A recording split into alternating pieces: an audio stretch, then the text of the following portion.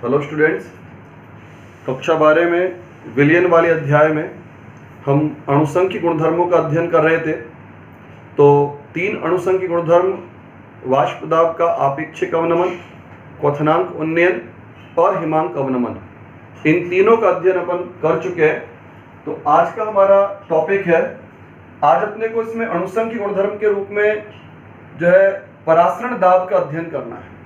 लेकिन परासरण दाब का अध्ययन करने से पहले अपन परासरण से संबंधित कुछ जानकारियां यहाँ पर प्राप्त करेंगे।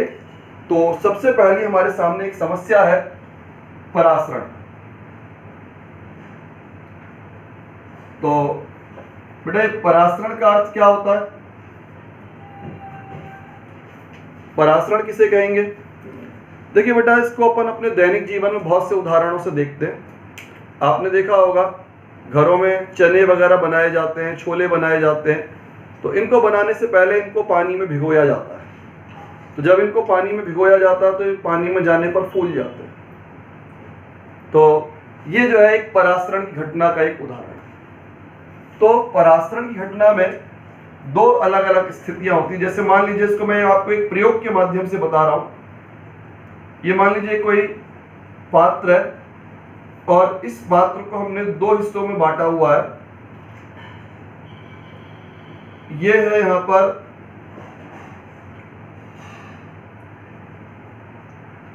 अर्ध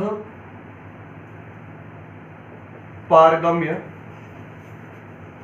झिल्ली, इसको अपन बोलते हैं SPM, सेमी परमिएबल मेम्ब्रेन, अर्ध पारगम्य झिल्ली। तो पहली बात तो आती है अर्ध पारगम्य झिल्ली क्या है? अर्ध पारगम्य झिल्ली का मतलब होता है ऐसी झिल्ली जो केवल विलायक अणुओं को एक ओर से दूसरी ओर जाने देती है, विलेय पदार्थ के कणों को रोक देती है। ऐसी झिल्ली जो केवल विलायक अणुओं को एक ओर से दूसरी ओर जाने दे लेकिन विलेय पदार्थ के अणुओं को रोक दे, उस झिल्ली को हम नाम देते हैं अर्ध पारगम्य झिल्ली। मान लीजिए हमने पहले प्रयोग में इधर पर लिया पानी और इधर हमने लिया चीनी का विलयन। यह हमारा पहला प्रयोग। फिर दूसरे प्रयोग में इसी प्रकार से हमने पात्र को 2 हिस्सों में बांटा हुआ है। अर्ध पारगम्य झिल्ली की सहायता से SPM, यहां पर हमने लिया 10% चीनी का विलयन और यहां आपने लिया 20% चीनी का विलयन। यहां हमने दोनों स्थितियों में विलयन लिए। यहां हमने 2 स्थितियां हैं। एक में तो लिया है विलायक, पानी मतलब विलायक, और दूसरा आपने लिया है चीनी का विलयन। तो अब इसमें क्या होता है, अपन थोड़े समय के बाद अगर इसका अध्ययन करें तो अध्ययन करने पर हमें क्या दिखाई देगा कि पानी आपका इधर से इधर की ओर गति कर रहा है, विलायक से विलयन की ओर। या हम इसको देखेंगे, यहां से भी पानी आपका गति करेगा 10% चीनी के विलयन से 20% चीनी के विलयन की ओर गति करेगा। तो परासरण क्या चीज है? परासरण का मतलब हुआ ऐसा प्रक्रम जिसमें विलायक पदार्थ के अणु, वह प्रक्रम जिसमें विलायक पदार्थ के अणु विलायक से विलयन की ओर, वह प्रक्रम जिसमें विलायक पदार्थ के अणु विलायक से विलयन की ओर, यानी आपके पानी से चीनी के विलयन की ओर, या 10% चीनी के विलयन मतलब तनु विलयन से सांद्र विलयन की ओर अर्ध पारगम्य झिल्ली में से होकर गमन करते हैं। वह प्रक्रम जिसमें विलायक अणु विलयन की ओर या विलायक अणु तनु विलयन से सांद्र विलयन की ओर अर्ध पारगम्य झिल्ली में से होकर गमन करते हैं, उस प्रक्रम को हम नाम देते हैं परासरण। अब दूसरी बात आती है कि भाई परासरण होता क्यों है, परासरण का कारण क्या है। देखिए, परासरण को हम इस प्रकार समझ सकते हैं कि यहां पर पानी है, यहां विलयन है। पानी मतलब विलायक, और विलायकों का वाष्प दाब ज्यादा होता है बजाय विलयन के वाष्प दाब के। इस बात को हमने इस चैप्टर में पहले पढ़ा है कि विलयनों के वाष्प दाब कम होते हैं, विलायकों के वाष्प दाब ज्यादा होते हैं। तो इस ओर विलायक है यानी वाष्प दाब अधिक होगा, इधर विलयन है वाष्प दाब कम होगा। तो विलायक अणु किधर से किधर चलेंगे, उच्च दाब से निम्न दाब की ओर। विलायक अणु किधर से किधर जाएगा, उच्च दाब से निम्न दाब की ओर। तो इसके कारण से विलायक अणु सदैव विलायक से विलयन की ओर आते हैं। वही स्थिति यहां दिख रही है। यहां 10% चीनी का विलयन है, तो 10% चीनी के विलयन का मतलब हुआ इसमें पानी ज्यादा है और इसमें पानी अपेक्षाकृत कम है। मान लो इधर भी 100 ग्राम है, इधर भी 100 ग्राम, तो 100 ग्राम में 10 ग्राम चीनी हो गई, 90 ग्राम पानी हुआ। यहाँ 20% विलयन का मतलब 20 ग्राम चीनी हुई, 80 ग्राम पानी हुआ। तो इधर पानी कम है, इधर पानी ज्यादा। पानी ज्यादा होगा तो पानी का वाष्प दाब ज्यादा होगा, पानी कम है वाष्प दाब कम है, और वाष्प दाब कम होने का, इधर वाष्प दाब ज्यादा, इधर वाष्प दाब कम, तो मतलब अणु किधर से किधर की ओर गति करेंगे, उच्च दाब क्षेत्र से निम्न दाब क्षेत्र की ओर गति करेंगे। तो परासरण का अर्थ क्या हुआ, ऐसा प्रक्रम जिसमें विलायक पदार्थ के अणु विलायक से विलयन की ओर, विलायक से विलयन की ओर या फिर तनु विलयन से सांद्र विलयन की ओर अर्धपारगम्य झिल्ली की सहायता से गमन करते हैं, उस प्रक्रम को नाम दिया जाता है परासरण। अब बेटा दूसरी बात आती है इसमें, अर्धपारगम्य झिल्ली क्या है। अर्धपारगम्य झिल्ली का मतलब होता है कोई भी ऐसी झिल्ली जो केवल विलायक अणुओं को एक ओर से दूसरी ओर आने जाने दे, विलायक अणुओं को एक ओर से दूसरी ओर आने जाने दे, लेकिन विलेय अणुओं को रोक दे। तो ऐसी झिल्ली जो होती है उसको हम नाम दे सकते हैं अर्धपारगम्य झिल्ली। ये आपकी प्राकृतिक भी होती है और कृत्रिम भी होती है। प्राकृतिक झिल्लियों में जैसे आपकी जंतु झिल्ली, जानवरों की खाल, ये अर्धपारगम्य झिल्ली का काम करती है। हमारी खाल होती है, हमारी स्किन होती है, ये भी अर्धपारगम्य झिल्ली का काम करती है। आपने देखा होगा अपन पानी में अधिक देर तक रुके, पानी का कोई अधिक देर तक पानी का कोई काम करें, तो जो हमारे हाथ पैरों का जो हिस्सा पानी में भीगा होता है, तो वहाँ उंगलियां वगैरह आपको कुछ फूली फूली सी दिखाई पड़ती है। कारण क्या है, वहाँ भी परासरण की क्रिया हो रही है। कैसे हो रही है, हमारे शरीर के अंदर जो कोशिकाएं हैं उनमें जो भरा हुआ द्रव है उसकी सांद्रता होगी अधिक, और बाहर जो पानी है उसकी सांद्रता होगी कम। तो विलायक किधर की ओर जाएगा, विलायक जाएगा आपका जब मतलब विलायक अणु गति करेंगे विलायक से विलयन की ओर या फिर तनु विलयन से सांद्र विलयन। हम जो पानी काम में लेते हैं वो पानी एक तनु विलयन होता है, विलायक नहीं होता। कारण क्योंकि उस पानी के अंदर कई प्रकार के लवण घुले हुए रहते हैं। आप भले ही आरओ का पानी भी ले रहे हैं तो आरओ के पानी में भी लवण होते हैं, लेकिन उन लवणों की सांद्रता बहुत कम हो जाती है।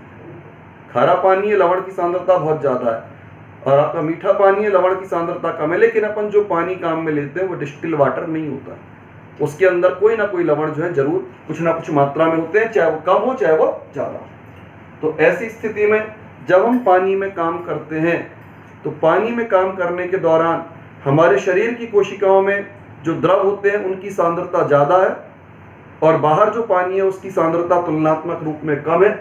परिणाम क्या निकलेगा, विलायक अणु किधर से किधर जाएंगे, विलायक अणु जाएंगे आपके तनु विलयन से सांद्र विलयन की ओर। परिणाम ये होगा हमारी उंगलियों की जो त्वचा होती है वो आपको कुछ फूली फूली सी दिखाई पड़ने लग जाती है। तो ये बेटा परासरण का एक उदाहरण होता है। तो इसके आपकी अर्धपारगम्य झिल्लियों के उदाहरण में आपकी कृत्रिम झिल्ली, ये प्राकृतिक झिल्लियों में जंतु झिल्ली हो सकती हैं, आपकी वनस्पति झिल्लियां हो सकती हैं, ये तो प्राकृतिक झिल्लियों के उदाहरण हैं। और संश्लेषित झिल्लियों में जैसे आपकी कॉपर फेरोसाइनाइड से बनी हुई झिल्ली है, कॉपर फेरोसाइनाइड की झिल्ली है, सेलोफन झिल्ली है, ये आपकी जो है संश्लेषित अर्धपारगम्य झिल्ली का काम करती है। अब बेटा इसके बारे में आता है परासरण दाब। देखिए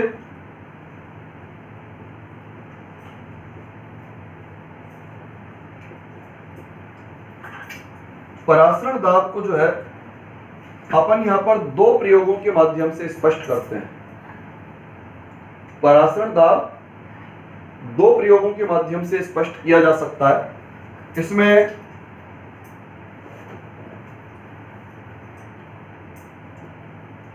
पहला प्रयोग, अपन यहां पर जो है एक थिसिल कीप लेते हैं, थिसिल कीप है,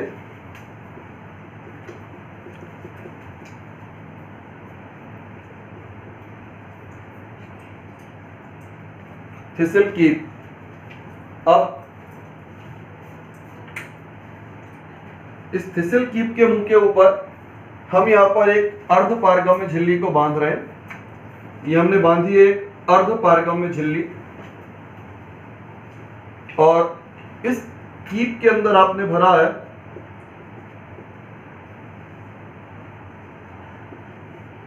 चीनी का रंगीन विलयन। इसके अंदर हमने लिया है चीनी का रंगीन विलयन। अब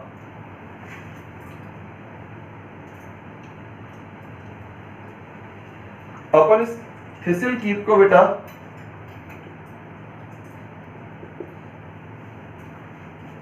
थिसिल कीप को पानी से भरे हुए बीकर में लटकाते हैं। पानी से भरा हुआ बीकर है, उस बीकर के अंदर जो है थिसिल कीप को लटका दिया जाता है। तो ये पानी हो गया। हमने बेटा रंगीन विलयन लिया था, तो विलयन को रंगीन लेने का कारण क्या है? रंगीन लेने का कारण होता है जिससे जो अपन ने विलयन भरा हुआ है उस विलयन के तल को स्पष्ट रूप से पहचाना जा सके। विलयन के तल को स्पष्ट रूप से पहचाना जा सके, इसके लिए अपन ने क्या किया है, यहां पर रंगीन विलयन का प्रयोग किया। अब अंदर तो है विलयन, बाहर अपन ने लिया है पानी। पानी मतलब हो गया बेटा विलायक, और विलयन को और विलायक को हमने अलग कर रखा है किसके माध्यम से? अर्धपारगम्य झिल्ली के माध्यम से। तो विलयन और विलायक आपके अर्धपारगम्य झिल्ली के माध्यम से अलग हैं, यानी ये वाली स्थिति हो गई। तो इस अवस्था में विलायक के अणु किधर से किधर की ओर गति करेंगे? विलायक अणु गति करेंगे पानी से विलयन की ओर। जब विलायक के अणु पानी से विलयन की ओर जाएंगे तो धीरे धीरे इस कीप के अंदर, थिसिल कीप के अंदर आपको जो है तल में वृद्धि दिखाई पड़ेगी। थिसिल कीप के अंदर जो विलयन है उसका तल बढ़ता हुआ दिखाई देगा, और एक निश्चित ऊंचाई तक बढ़ने के बाद इस तल की वृद्धि जो होती है वो समाप्त हो जाती है। तल की वृद्धि एक निश्चित ऊंचाई के बाद में क्या होगा? समाप्त हो जाएगी। तो इसका मतलब क्या है? समाप्त क्यों हो गई? भाई परासरण के कारण से पानी इसके अंदर प्रवेश कर रहा है, परासरण के कारण से पानी अंदर प्रवेश कर रहा है, तो यानी यहां से एक दाब लग रहा है, परासरण दाब लग रहा है, और ये जो विलयन का जो स्तंभ बन गया, विलयन का स्तंभ बन गया, इस विलयन के स्तंभ का दाब लगेगा नीचे की ओर। किसके कारण लगेगा? गुरुत्वाकर्षण बल के प्रभाव से इस स्तंभ का दाब रहेगा नीचे की ओर, परासरण दाब रहेगा ऊपर की ओर। तो जैसे ही परासरण दाब और द्रव के स्तंभ का दाब, दोनों दाब एक समान हो जाते हैं, परासरण दाब और द्रव के स्तंभ का दाब जैसे ही दोनों दाब एक समान हो जाते हैं, तो उस अवस्था में परासरण की क्रिया रुक जाती है और द्रव के स्तंभ की वृद्धि आपको रुकी हुई दिखाई पड़ती है। हम दोबारा से देखें इसको। इसमें एक प्रयोग बताया गया है। थिसिल कीप कांच की बनी हुई एक कीप होती है जिसकी नली की लंबाई ज्यादा है, फिसिल कीप के मुंह पर आपने एक अर्ध पारगम्य झिल्ली को बांधा हुआ है। कीप के अंदर आपने चीनी का रंगीन विलयन, कोई भी रंगीन विलयन भर दिया। रंग का काम केवल होता है जिससे तल को स्पष्ट रूप से पहचाना जा सके, बाकी आप रंगहीन भी भर सकते हैं। अब बाहर हमने इसमें पानी लिया तो धीरे धीरे परासरण की क्रिया होगी, क्योंकि अंदर विलयन है बाहर विलायक है, दोनों के बीच में अर्ध पारगम्य झिल्ली है, तो परासरण की क्रिया चलेगी। और इस परासरण क्रिया के परिणाम स्वरूप पानी जो है वो अंदर प्रवेश करेगा। परासरण क्रिया के परिणाम स्वरूप पानी किधर प्रवेश करेगा? अंदर की ओर प्रवेश करेगा। और जब पानी अंदर की ओर प्रवेश करता है तो धीरे धीरे आपको तल की ऊंचाई में वृद्धि दिखाई पड़ती है। तल की ऊंचाई में वृद्धि दिखाई पड़ती है, और जब तल की ऊंचाई बढ़ती है तो एक निश्चित ऊंचाई तक ही बढ़ेगी, लेकिन उसके बाद रुक जाएगी। कारण परासरण दाब के कारण पानी ऊपर चढ़ रहा है, लेकिन जैसे जैसे स्तंभ की ऊंचाई बढ़ रही है, ऊंचाई बढ़ने के साथ साथ स्तंभ का दबाव भी नीचे की ओर बढ़ता जाएगा। गुरुत्वाकर्षण बल के कारण से दबाव किधर की ओर रहेगा? नीचे। तो जैसे ही दोनों बल, परासरण दाब से उत्पन्न बल और द्रव के स्तंभ के द्वारा उत्पन्न बल, दोनों बल समान हो जाएंगे तो पानी का अंदर प्रवेश करना रुक जाता। तो हम इसके द्वारा परासरण दाब को कैसे परिभाषित करें? वह द्रव स्थैतिक दाब, वह द्रव स्थैतिक दाब जो परासरण के कारण से उत्पन्न होता है, वह द्रव स्थैतिक दाब जो परासरण के कारण से उत्पन्न होता है और परासरण की क्रिया को रोक देता है, उसे हम परासरण दाब कहते हैं। देखिए, ये द्रव का स्तंभ है। द्रव का स्तंभ क्यों बना? परासरण के कारण से तो द्रव अंदर प्रवेश कर रहा है, तो द्रव के स्तंभ का निर्माण परासरण के कारण से हुआ। फिर परासरण की क्रिया क्यों रुकी? इस स्तंभ के दबाव के कारण से रुकी। जब स्तंभ की एक निश्चित ऊंचाई हो जाती है तो स्तंभ का दाब और परासरण दाब समान हो जाते हैं, परासरण की क्रिया रुक जाती है। तो स्तंभ का दाब द्रव स्थैतिक क्यों कह रहे हैं? द्रव स्थैतिक का मतलब द्रव के स्तंभ का दाब। तो वह द्रव स्थैतिक दाब जो परासरण के द्वारा उत्पन्न होता है और परासरण की क्रिया को रोक देता है, उसे आप परासरण दाब कह सकते हैं। तो ये बेटा परासरण दाब की एक परिभाषा है। एक प्रयोग अपन ने बताया परासरण दाब का, और उसी से हमने इसकी एक परिभाषा आपको समझा। अब बेटा इसके बाद में परासरण का एक दूसरा प्रयोग है,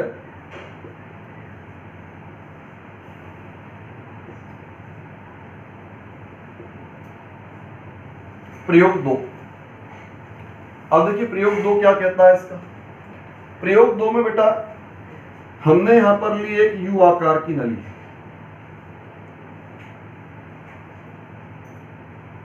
एक यू आकार की नली को लिया गया और इस नली को हमने 2 भागों में बांटा। किसकी मदद से बांटा? वही एसपीएम अर्ध पारगम्य झिल्ली की मदद से हमने इस नली को 2 बराबर भागों में बांट दिया। अब दोनों भुजाओं में समान ऊंचाई पर पिस्टन लगाए गए। समान ऊंचाई पर दोनों भुजाओं में पिस्टन लगे हुए, ये पिस्टन लगे हुए। अब एक ओर हमने लिया विलायक और दूसरी ओर हमने लिया विलयन। यहां पर भी विलायक और विलयन दोनों आपस में एक दूसरे से अर्ध पारगम्य झिल्ली के माध्यम से पृथक है। विलायक और विलयन दोनों आपस में अर्ध पारगम्य झिल्ली के माध्यम से एक दूसरे से पृथक है। तो अब यहां पर क्या क्रिया होगी? विलायक अणु चलेंगे विलयन की ओर। क्यों?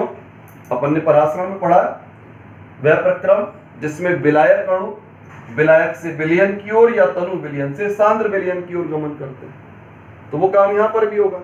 विलायक अणु विलयन की ओर जाएंगे और जब विलायक अणु विलयन की ओर आएंगे तो इधर पर तो पिस्टन नीचे की ओर गति करेगा और इधर का जो पिस्टन होगा वो आपका ऊपर की ओर गति करेगा। यानी दोनों पिस्टनों की ऊंचाइयों में जो पहले समान थी, प्रारंभ में हमने समान रखी थी, समान ऊंचाइयां, अब क्या होगा? दोनों पिस्टनों की ऊंचाइयों में अंतर आने लग जाएगा ये पिस्टन नीचे की ओर आएगा, ये पिस्टन ऊपर की ओर आएगा। तो अगर हम इस पिस्टन के ऊपर दाब लगाएं और इतना न्यूनतम दाब लगाएं कि परासरण की क्रिया रुक जाए, विलयन वाले पिस्टन पर या विलयन पर इतना न्यूनतम दाब लगाया जाए कि दोनों पिस्टन अपनी समान पहले वाली स्थितियों में लौट आए और परासरण की क्रिया रुक जाए। विलयन पर इतना दाब लगाया जाए कि दोनों पिस्टन अपनी पहले वाली स्थितियों में लौट आए और परासरण की क्रिया रुक जाए। तो लगाया जाने वाला वह दाब, उस दाब को आप नाम देंगे परासरण दाब। तो परासरण दाब को हम दूसरे तरीके से कैसे परिभाषित कर सकते हैं? दूसरा तरीका है विलयन पर डाला जाने वाला वह न्यूनतम दाब, विलयन पर डाला जाने वाला वह न्यूनतम दाब जो परासरण की क्रिया को रोक दे। विलयन पर डाला जाने वाला वह न्यूनतम दाब जो परासरण की क्रिया को रोक देता है, उस दाब को आप परासरण दाब कह सकते हैं। तो इस तरह से हम यहाँ परासरण दाब को परिभाषित करते हैं। हमने प्रयोग में यू आकार की नली ली, नली को हमने दो भागों में बांट दिया अर्धपारगम्य झिल्ली की मदद से। दोनों साइडों में हमने समान ऊंचाइयों पर पिस्टन लगा रखे हैं। एक साइड विलायक लिया, एक साइड विलयन लिया। अब क्या होगा? विलायक अणु विलयन की ओर गति करेंगे, तो उससे विलायक वाला पिस्टन नीचे की ओर, विलयन वाला पिस्टन ऊपर की ओर। फिर विलयन वाले पिस्टन पर आप दाब लगाएंगे और इतना दाब लगाएंगे कि दोनों पिस्टन अपनी प्रारंभिक स्थितियों में लौट आए और परासरण की क्रिया रुक जाए। तो विलयन पर लगाया जाने वाला वह न्यूनतम दाब, विलयन पर लगाया जाने वाला वह न्यूनतम दाब जो परासरण की क्रिया को रोक देता है, वह परासरण दाब के बराबर होता है। तो इस तरह से हम यहाँ पर परासरण दाब को समझा सकते हैं।